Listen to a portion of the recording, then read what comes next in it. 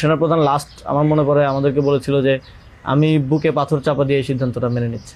সেনাপ্রধানের দিক থেকে মূল ভেটোটা ছিল যে ডক্টর মোহাম্মদ ইউনূস কেন, why not any other person. তো আমরা আমাদের জায়গায় অ্যাডামেন্ট ছিলাম, বিকজ আমরা তো 5 তারিখ রাতেই ঘোষণা দিয়ে দিয়েছি যে doctor Mohammad Yunus will be the chief adviser of the next interim government. এবং সেটা এক ধরনের বৈপ্লবিক কায়দায় আমরা ভিডিও বার্তা দিয়ে ঘোষণা দিয়ে দিয়েছি। আমরা কোনো নিয়মের কিংবা সংবিধানের তোয়াক্কা সে সময়টাই করে নেই। কিন্তু উনি বারবার বলার চেষ্টা করছিলেন যে ডক্টর মোহাম্মদ ইউনূসের নামে মামলা আছে, তিনি একজন কনভিক্টেড পারসন। একজন কনভিক্টেড পারসন আসলে কীভাবে হতে পারে, একটা দেশের প্রধান উপদেষ্টা হতে পারে। তো আমরা যখন এগুলো ডিবাঙ্ক করতেছিলাম কথাগুলোকে, যে এগুলো তো আওয়ামী লীগের সময়ের পলিটিক্যালি মোটিভেটেড মামলা, এই মামলা তো দেখা গেছে সবার নামে পাওয়া যাবে, আমাদের নামেও আছে।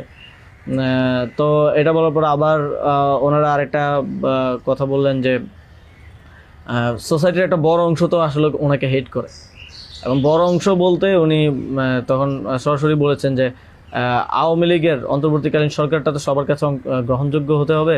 এখন আওয়ামী লীগ তো ডক্টর মোহাম্মদ ইউনূসকে 2 চোখে দেখতে পারে না, একদম অপছন্দ করে।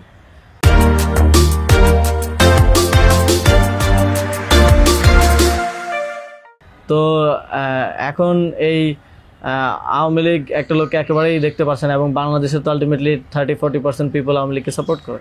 এই 30-40% পিপলের মতামতের বিরুদ্ধে গিয়ে একটা লোককে প্রধান উপদেষ্টা করা উচিত।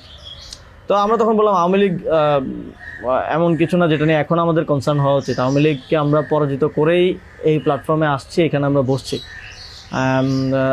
আওয়ামী লীগ কি চাইলেও না চলে এটা এখন আর ম্যাটার করে না কোনোভাবেই। কিন্তু উনি বারবার এই কথাটা ঘুরে ফিরে বলতেছিলেন যে এই সরকার তো একটা নির্বাচন আয়োজন করবে, এই জন্য বিএনপি আওয়ামী লীগ সবার কাছে এই সরকারের গ্রহণযোগ্যতা থাকা প্রয়োজন।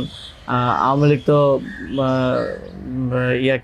প্রধান ডক্টর মোহাম্মদ ইউনূসকে একেবারেই দেখতে পারে না, ওনাকে আওয়ামী লীগ মেনে নেবে না উনি আসলে। কিন্তু আমাদের কথা ছিল যে আওয়ামী লীগ তো এখন আর এই মুহূর্তে ডিসিশন মেকিংয়ে আওয়ামী লীগ ম্যাটার করে না। এটা গণহত্যা ঘটনার পরে সে কি ভাবলো বা তার কি পজিশন, দ্যাট ডাজন্ট ম্যাটার। আর এরপরও ওনারা নানা ধরনের যুক্তি দিতে পারে, এবং শেষে 4 ঘন্টা এই বিষয়ের উপরে ডিসকাশন হয়। 4 ঘন্টা, আধা ঘন্টা হয়তো অন্যান্য ইস্যুস নিয়ে ডিসকাস হয়েছিল, বাট 4 ঘন্টা প্রায় 3.5 ঘন্টা ইস্যু নিয়ে ডিসকাস হয়। তো এখানে আসছিলাম আমি, নাহিদ ভাই, মাহফুজ ভাই আর নাসির ভাই, আর বাকি আমাদের সাথে যারা ছিল তারা বাইরে অপেক্ষা করছিল। আসিফ স্যার ছিল, তারপরে তানজিমুদ্দিন স্যারও ছিল, আরও সমন্বয়িকা ছিলেন আরও 10-12 জন, সবাই বাইরে অপেক্ষা করছিল আর কি এই 4 ঘন্টা। তো তারা বারবার 2বার হচ্ছে বিরতি দিয়ে আমাদেরকে আবার ভাবতে বলে আবার চলে যেত, আবার এসে আবারও একই জায়গা থেকে কথা শুরু করতো। মানে আমরা বুঝতে পারছিলাম যে ডক্টর মোহাম্মদ ইউনূসকে এখানে এস্টাবলিশমেন্ট কোনোভাবেই চাচ্ছে না। আর আমাদের কথা ছিল আমরা ঘোষণা দিয়ে দিছি, এবং আমরা এক ধরনের হুমকি সুরে সেখানে বলি যে যদি এটা রাষ্ট্রীয়ভাবে না হয়, যদি রাষ্ট্রপতি ঘোষণা না দেয় ডক্টর মোহাম্মদ ইউনূসকে প্রধান উপদেষ্টা হিসেবে, তাহলেও আমাদের কিছু যায় আসে না, কারণ আমরা অলরেডি ঘোষণা দিয়ে দিয়েছি। আমরা আমাদের তৈরি করা উপদেষ্টা পরিষদ নিয়ে শহীদ মিনারে গিয়ে শপথ নিব। এই হুমকিটা দেওয়ার পরে তারা একটু মানে নড়ে চড়ে বসে, এবং তারা গিয়ে রাষ্ট্রপতির সাথে ডিসকাস করে আসে। এবং সেনাপ্রধান লাস্ট আমার মনে পড়ে আমাদেরকে বলেছিল যে আমি বুকে পাথর চাপা দিয়ে এই সিদ্ধান্তটা মেনে নিচ্ছি। এবং আমাদের জায়গাটা ছিল খুবই রিজেক্ট, যে ডক্টর মোহাম্মদ ইউনূসকে না আনতে পারলে এখানে একটা শক্ত সরকার গঠন করা পসিবল হবে না। এবং আর্মির যেই মোটিভেশন ছিল, এটা আবার 1-11-র মতো একটা সরকার গঠন করার তাদের মোটিভেশন ছিল।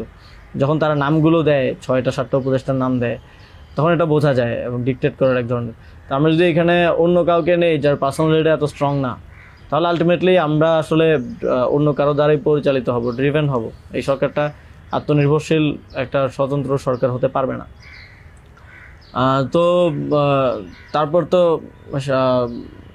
ঘোষণা দেয়, রাষ্ট্রপতি ঘোষণা দেয় ডক্টর মোহাম্মদ ইউনূসকে প্রধান উপদেষ্টা হিসেবে 6 তারিখে, এবং 8 তারিখ হচ্ছে পরবর্তী উপদেষ্টা পরিষদটা গঠিত হয়।